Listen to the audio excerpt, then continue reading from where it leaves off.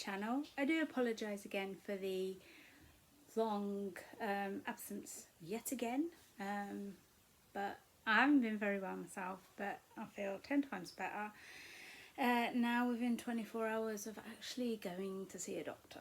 But yeah, it's another story for a vlog, I think, because in this video today I'm going to talk about the books that I read in July, which was actually a really good reading month for me. And I thought if I could do these monthly wrap-ups, you know, every month, I can pick my book of the month, you know, and try and really sell it to you to read if you haven't, or if you have, you can go in the comments and say yes, I agree with you, or no, I didn't like it, it was DNF'd, or whatever.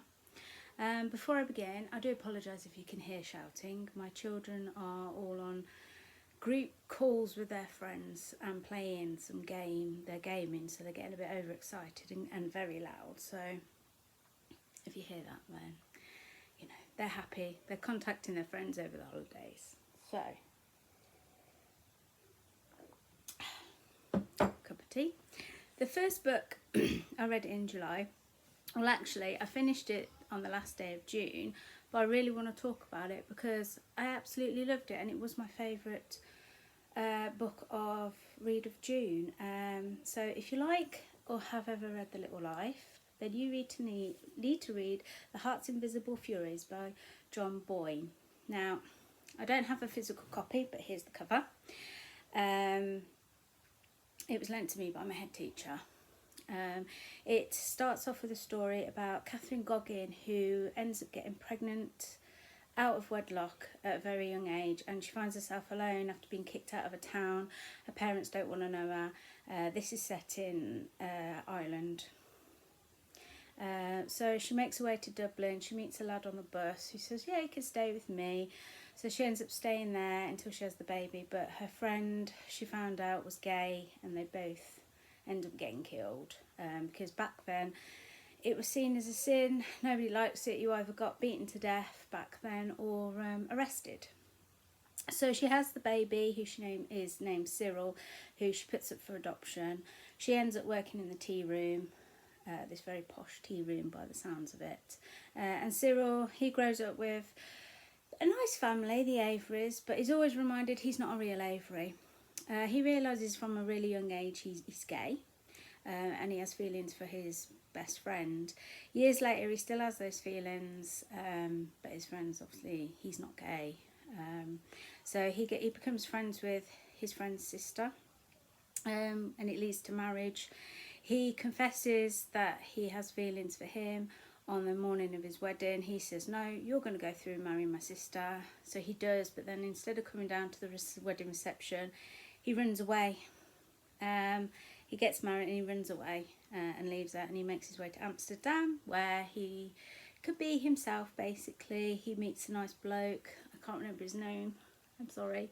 They live together. They end up sort of not officially adopting this little boy who's being rented out by his so-called father. They take him, well, the dad ends up dead, and then they flee to America, where the three of them live together as like husbands and son, you know, adoptive son. They live together, they have a great life there, and then it mentions all his Cyril's partner ends up working in this hospital where everybody who comes in has got AIDS, and it's like end of care life because they're really, really poorly. And his childhood friend ends up coming into the hospital with the AIDS, and he says, no, I'm not gay, I've just caught it, and somehow and then he lets on that he's actually got a son, because before he fled, and before his wedding day, his new wife was going to tell him she was pregnant. So he ends up moving back to Dublin after his partner is killed in Central Park by some anti-gay people. You know, those horrible people who are like, I hate gays. Yeah, and he then realises that he's come across Catherine quite a lot, you know, throughout his life. And I'm literally screaming at the book going, that's your mother, that's your mother. And then in the end they find out that is her son. She gave it for adoption, and they sort of get to know each other, and they let each other be part of their lives. And it is a beautiful story about how he's had to survive being who he is and not give up and live a life of a lie, married to a woman like so many other men did, you know, and the abuse he got. And it's just a really beautiful story, and I absolutely love this. I don't have a physical copy, but I really want a physical copy now just to keep and probably reread in the future. But yeah, that was definitely my favourite of June, and I had to mention it in my July wrap up. The next book I read is Bone Harvest by James Brogden. Now this is my 4th James Brogden book I've read. And I really liked it. It follows Denny, who has early dementia. She's a widow. She loves being left alone on her allotment. She has early dementia. She loves being left in peace on her allotment, going her day-to-day things. She takes a dog every day. The dog's so cute. And one day 3 new strangers move on the plot next to her. And strange things start to happen. People disappear, and she goes to investigate, but she's worried that if she doesn't cover something, is anyone going to believe her because she's got early dementia and she's having an episode, because that's what her daughter thinks. And Denise, she uncovers that it's some sort of cult where they kill people and they can eat. I think the first part was a pig. They kill it. If they ate it, you know, they get better, all the ailments go, and they become healthy, and they can live for a very long time, because these 3 strangers have lived for a very long time. And because they keep doing this ritual every now and again, then they can live for a long time very healthy. But she doesn't discover what they do, and she manages to stop them by putting her own life on the line. But if you like sort of folklore, folk horror, then this one is for you. It's really good, and James Brogden did not disappoint me again. He's got a new book coming out in September, which I can't remember what it's called, but it is on my Instagram review post. A Bone Harvest. It's at the beginning of September, and I will definitely be getting it. The next one I read is quite a popular book. A lot of people have read it before, and yeah, I'm slow to do it, but it's The Housemaid by Freda McFadden. Now this follows the story of Millie, who's just come out of jail. She's living in a car, she needs a job, so Nina Winchester, very, very rich lady, married to a very rich man, gives her the job as a housemaid, living housemaid at the house. She basically cleans, cooks and looks after the daughter. But Nina's she messes the house up on purpose, and you're thinking, as you first start to read, you think, God, she's right. Weirdo, horrible person. And then there's Andrew, her husband. He's so handsome and he's lovely and he's really nice to me. And the daughter, Cece, is Andrew's stepdaughter, Nina's biological, from a previous relationship before Andrew got married to her. She's quite spoiled. You know, and it's her living up in the attic room, going a date. But her and Andrew, they spend time together, and they realise they like each other, so Andrew ends his marriage and kicks Nina out. That is where there is a twist. Now, I don't want to say what the twist is, but I've got to put a spoiler down here, so if you don't want to know, forward it along or mute me. But it's not Nina who's the crazy one, it's Andrew. He is very controlling. He was locking Nina in the attic room before Millie came along, and he was making her stay in there and do horrible things to herself to get her, well, you got to do this to get out. And he's basically drugging her, and he sort of framed Nina to make her look like she was a psychopath. She tried to kill her daughter, but it was Andrew setting it up. He's very controlling. Now, what Andrew doesn't know is Millie has been in prison for murder. So, yeah, basically, Nina's hired Millie because she knows she's going to kill him. And I don't want to say any more. But it's a brilliant twist at the end, and I absolutely love this book. I flew through it in a couple of days. So if you like a bit of thriller, and I definitely will be reading the next book because I've heard good things about that. The third book, I don't know. I probably will read it eventually, but it's not as good as the first two. So yeah, if you like thrillers with a really good twist, A Housemaid is for you. My other book I have read is The Salt Path by Raina Winn.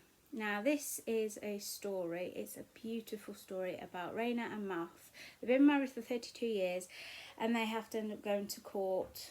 I can't remember what for, but they end up losing their home and a lot of money, and the bailiffs come to take it all away, and they're like, well, what are we going to do? And in the same week they lose everything, they find out Mouth's is terminally ill, and they're like, oh, what are we going to do? We've got nowhere to live. So they decide to wild camp around the Salt Path, which they have a map in the book, is Devon and Cornwall. So they start off in Minehead and they only get a little bit of money going into their account every week.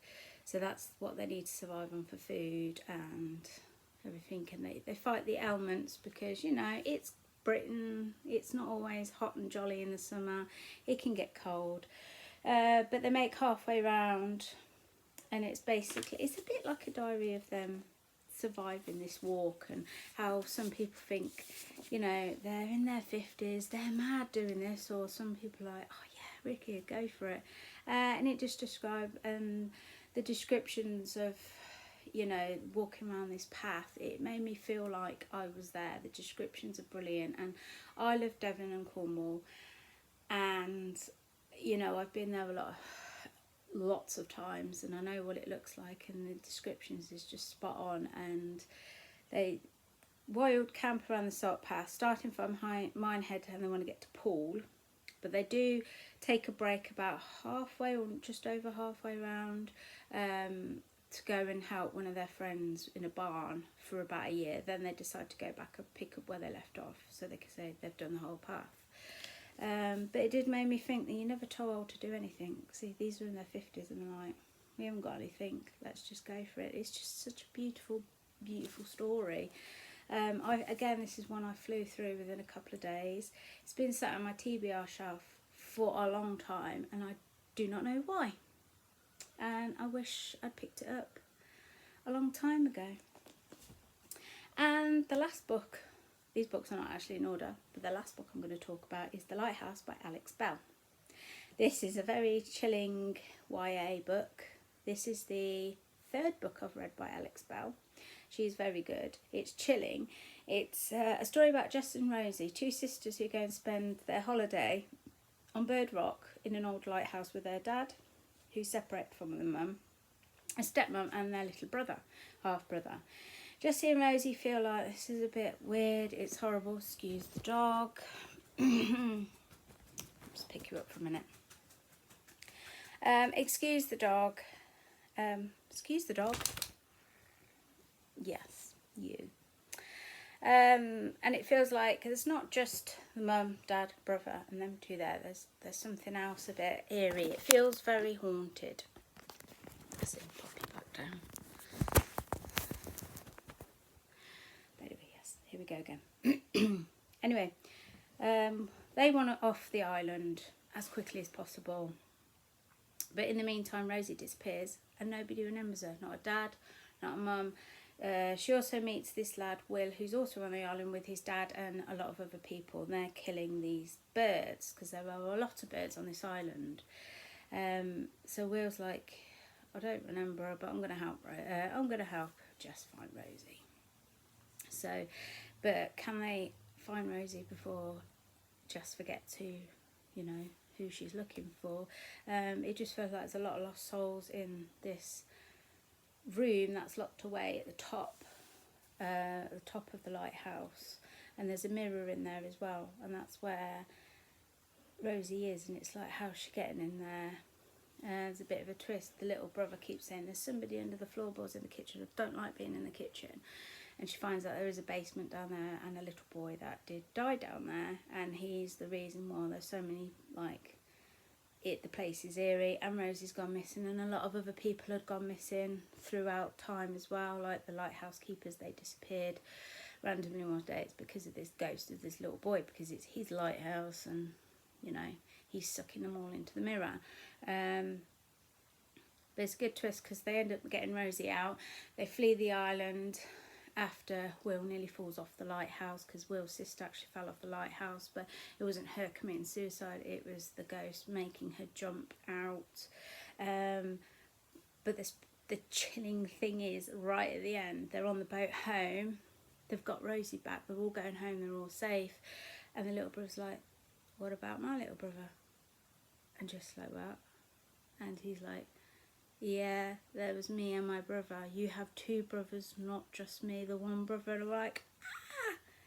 But I don't know if there's ever going to be a sequel to The Lighthouse. So it's just left open-ended with a big cliffhanger. And yeah, Alex Bell is another author that it's easy to read, but she writes so chillingly. Yeah, and I absolutely love that one as well. So yeah, July has been a really good reading month for me, and it was really, really hard to pick. They were all so close together, but I do have to pick The Salt Path because it's about Devon and Cornwall, it's about walking, and the descriptions are just so beautiful in it, and it's a story that made me realise, you know, I'm getting on in age, but nothing is impossible. So yeah, that's my book of this month. But it was a really close call because I loved The Lighthouse, I loved The Housemaid, and Bone Harvest. But this one, yeah, I think had to be my number one for my number one July read. And it was very hard to pick. But yeah, that's my July reads. If you've read any of those, let me know in the comments what you think. Did you love them? Did you hate them? You know, or is there one that's saying, oh, I really like the sound of that, I want to read that? Then let me know. And I will see you again for another video, hopefully quicker than a big gap, next time. Bye.